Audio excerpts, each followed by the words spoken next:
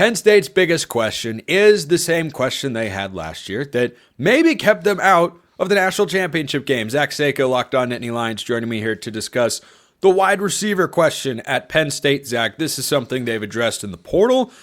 I really don't have many other questions about Penn State. It's just the one. I know what Drew Allar is. I know what the running backs are. You've got 4 offensive linemen coming back.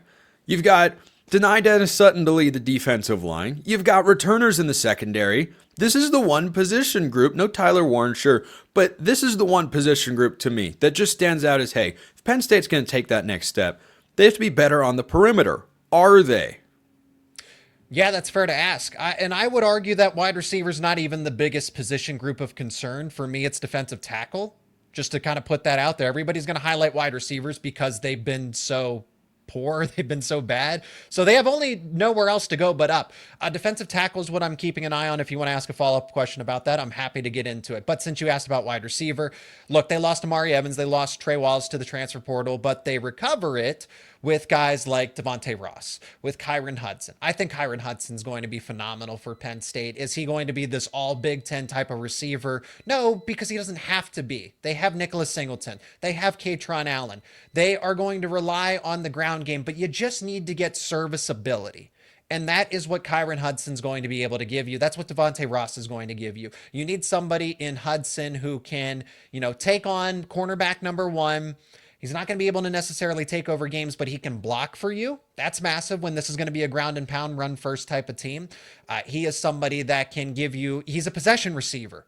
You just need him on 3rd and 7. Can you find Kyron Hudson? That's what he's needed for. Devontae Ross is going to stretch the football field. Ross has game-changing type of speed. So with Andy Kotelnicki still calling plays for Penn State, you can work with play action. Those 4 returning offensive linemen that you mentioned, Penn State, people are agreeing with me that Penn State very well might have the best offensive line in all of college football going into next season. Notre Dame would like a word, but I hear you. They're one of them. Maybe it's a 1A, 1B type of situation. Conservatively, Penn State's top 3. So you have that. You have 2 running backs, elite running backs, may I add. You run with them. Then you go play action. Your safeties bite. Your safeties and linebackers bite. Devontae Ross, Drew Allar's got the arm to make the throw. So it really just needs to, it's simple. It goes back to the whole Andy Kotelnicki, Dairy Queen Blizzard. You have your base, you have your simplicity, and then you kind of mix and match your toppings from here and there. So Penn State's wide receiver, they're getting Caden Saunders back from injury as well. Do I think they need somebody else in the transfer portal just to offer some depth? Absolutely, but Tyser Denmark's a name to keep an eye on as a redshirt freshman. Kobe Howard has impressed as an early enrollee true freshman. Just a couple of names that will factor into the rotation, but maybe won't be superstars right away.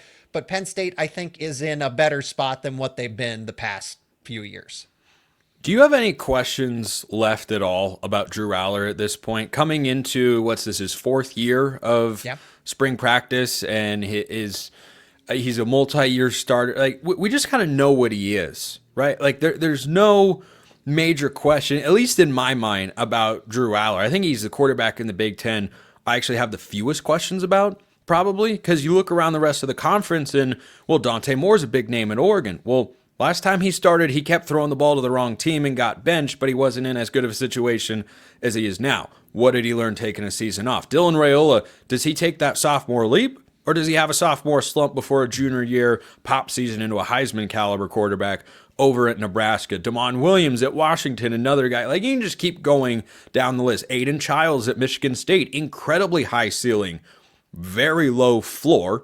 I think from a production standpoint because of the offense and the turnover issues that he's had. But Drew Allar's quarterback, I have the fewest questions about. Are there any that you want to see him answer here during spring practice? Yeah, and Allar should be, at the end of the day, because of the veteran experience, because of that 5-star pedigree that he came in with, he should be the clear-cut number 1 quarterback in the Big Ten. Other people are going to have opinions, but he should be that. That shouldn't be a question mark. So what that tells me when you say, okay, I have the least questions about him, but it's still debatable. When I talk to people who are outside of the Penn State bubble, it's debatable that Drew's the best quarterback. There's Luke Altmaier. There's the Julian Sayin, Dylan Raiola, as you've mentioned. And that's an issue.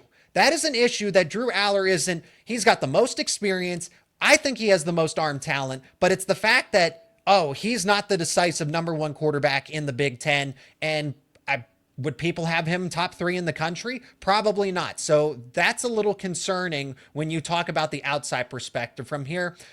I want Drew Allar to be Penn State's quarterback. There's not many other quarterbacks I would take above him at this point in time. I mean, you could make an argument for Arch Manning. That's probably about it. I would take Drew Allar because of the consistency simply for being at Penn State. But objectively speaking, if I'm putting a fantasy team together of college football players, I'm still taking Allar. What I need to see from Allar, are you a veteran? Are you going to let those mistakes? Because Drew is going from a true sophomore season where everything got to his head. Everything. And then to an extent, his true junior season, but he settled in and we kind of saw this fiery side of him. But then that tentative, passive side of him came out again in that Notre Dame game. And that's where, you know, in the regular season, it's one thing to do it against Ohio State. When the season is on the line in the national semifinal, you can't afford those because he was missing throws that we know he makes. Okay, so if we know he can make them, why are you missing them? That means that his mental toughness was drained in that national semifinal game. So it's not about his footwork. It's not about his arm strength. It's not about his accuracy. It's all mental. I need Drew to act and look like he is a senior quarterback that everybody expects him to be. He is now a veteran. There was a little bit of inexperience. He hasn't been playing quarterback, the quarterback position. He only picked it up in the middle of high school. He needs to look the part of a veteran, older, experienced quarterback playing his 4th and final year of college football. That's what I need to see from him. But you're only going to pick so much up in spring football practices when that killer mindset only comes up with the 2 minutes to go in the 4th quarter of a big game. You're not going to see that in spring practice, unfortunately.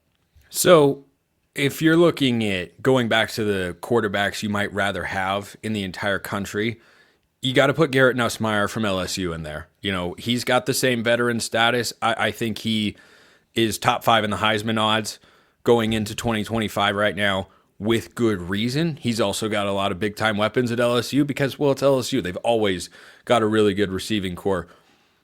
Carson Beck at Miami, maybe. We look at what Shannon Dawson just did with Cam Ward this past year, but Beck also has to stay healthy. Allar hasn't had durability concerns. He's been an incredibly durable guy whilst over there at Penn State. But you brought up the defensive line earlier, and I want to give you a chance to expand on that to wrap this segment, because why is that such a big question for you at Penn State?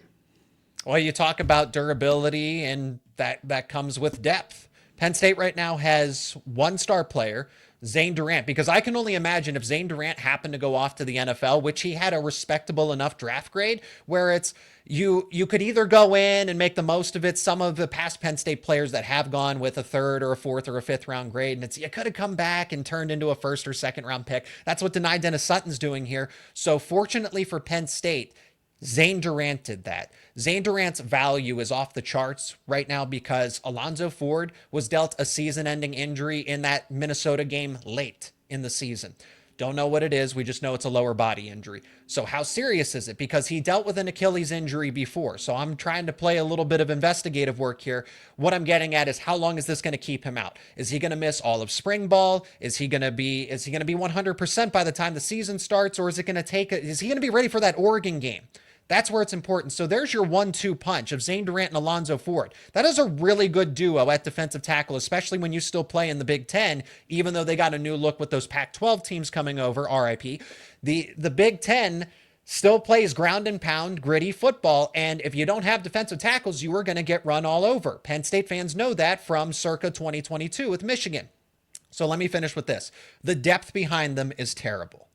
If Alonzo Ford and Zane Durant, knock on wood, if one of them were happen to go down, or both of them, what are your options? Penn State was already in the transfer portal market for David Blay, who committed to Miami of Florida. He was at Louisiana Tech. This was somebody they thought would have gone off to the NFL and been a 4th or a 5th round pick. Gets a nice NIL payday. Whether he went to Penn State or somewhere else, he would have been paid very nicely to stay in college football. He's doing that, but Penn State was looking for essentially a 3rd co-starter. So that tells me everything I need to know, that they're looking for an impact player, not just a depth piece, an impact player that can go. It speaks volumes, honestly, Spencer, that defensive tackle, especially when you play in the Big Ten and Penn State's going to run a 4-2-5, you need everything and then some in the interior of the defensive line. That's my biggest concern, not wide receiver.